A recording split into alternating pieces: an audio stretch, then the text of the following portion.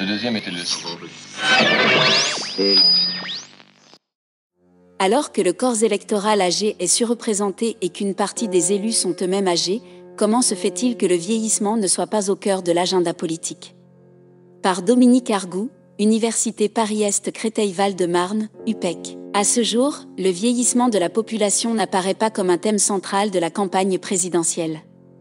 Il est vrai que durant le quinquennat Macron, 2017 à 2022, les deux réformes envisagées, l'une visant la refonte du système des retraites, l'autre l'instauration d'une politique de soutien au grand âge, ont été toutes deux abandonnées en cours de route, ce qui est à même de refroidir bien des ardeurs. Certes, la situation sanitaire n'a pas été aisée pour mener deux politiques nécessitant des mesures d'envergure susceptibles de modifier l'architecture d'une partie du système de protection sociale, d'autant que la réforme des retraites avait suscité un vaste mouvement de protestation sociale tout au long de l'année 2020. Quant à la loi appelée dans un premier temps Grand Âge et Autonomie, puis Génération Solidaire, elle s'est simplement transformée en diverses mesures intégrées à la loi 2022 de financement de la sécurité sociale. Et pourtant, il s'agissait d'un projet de loi déjà à l'ordre du jour sous le quinquennat Sarkozy, puis sous le quinquennat Hollande, qui n'avait alors débouché que sur une loi des adaptations de la société au vieillissement avec une ambition budgétaire bien moindre, loi ASV du 28 décembre 2015. En réalité, mettre à l'agenda public la question du vieillissement revient à se heurter à la nécessaire mobilisation de ressources budgétaires conséquentes.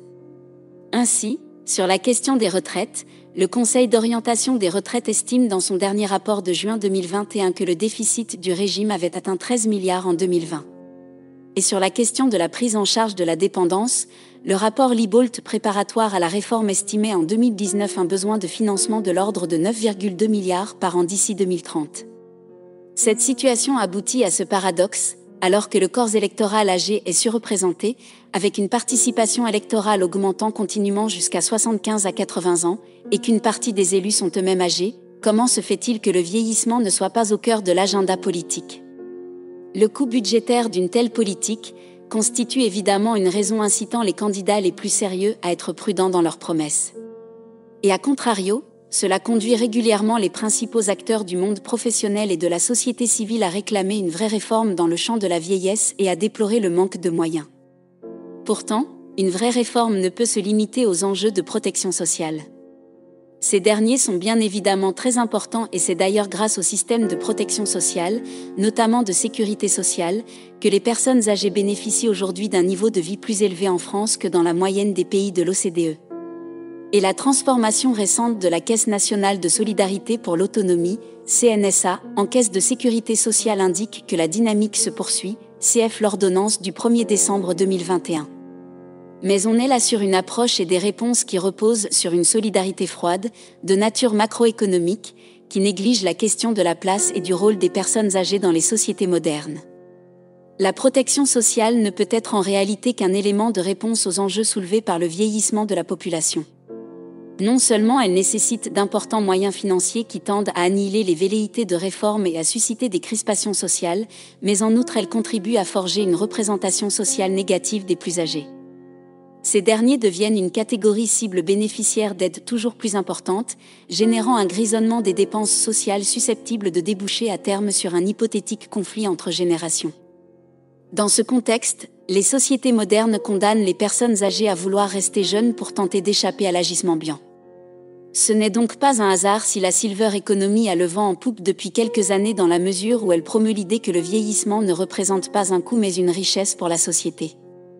Il s'agit toutefois là d'une alternative trompeuse car si elle inverse effectivement la représentation des seniors, qui passent du statut de bénéficiaires d'aide à celui d'agents économiques, elle les enferme dans un rôle réducteur de simples consommateurs. Le vrai défi pour l'avenir consiste à inventer une politique du vieillissement capable de redonner une place à part entière aux personnes vieillissantes, pas seulement en tant que bénéficiaires d'aides ou pour garder les petits-enfants. La révolution de l'âge nécessiterait de repenser l'ensemble des fondements de la politique menée en direction des personnes âgées qui avaient pourtant été posés dans le cadre d'un rapport public publié en 1962, CF rapport de la Commission d'étude des problèmes de la vieillesse appelé plus communément rapport Larocque.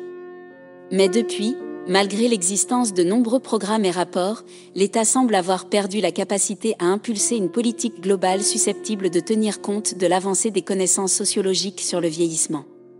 En l'occurrence, 3 enjeux nous paraissent primordiaux pour définir une vraie politique du vieillissement. Ces enjeux reposent sur l'idée centrale qu'une politique du vieillissement n'est pas une politique s'adressant aux seules personnes âgées, c'est un projet de société visant l'ensemble des individus dont on sait, dès leur naissance, qu'ils sont tous amenés à vieillir. Le premier enjeu serait ainsi de définir une politique de l'avancée en âge tout au long de la vie.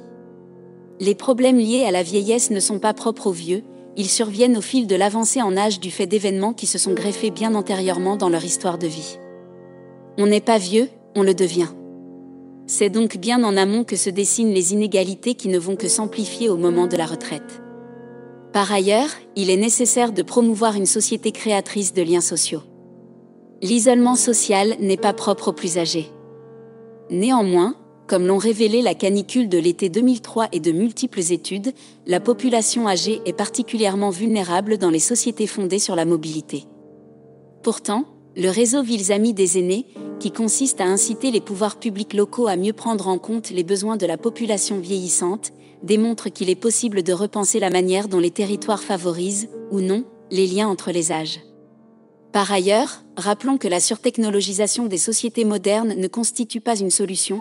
L'INSEE rapporte ainsi qu'en 2019, 26,7% des personnes âgées de 60 à 74 ans et 67,2% des plus 75 ans étaient en situation d'électronisme. Il faut aussi reconnaître aux personnes, fussent-elles vieillissantes, une pleine citoyenneté.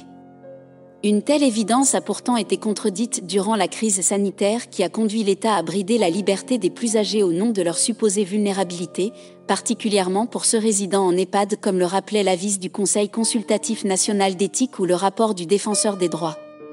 La tentation sanitaire et sécuritaire tend à prendre le dessus et à occulter le fait que les personnes âgées sont avant tout des adultes capables de faire preuve d'autonomie au sens étymologique du terme, c'est-à-dire de se gouverner selon ses propres lois. Il a en effet été démontré que si l'on accepte les troubles sévères, l'individu dispose toujours de ressources, parfois non verbales, pour exprimer son point de vue pour peu que la société le sollicite.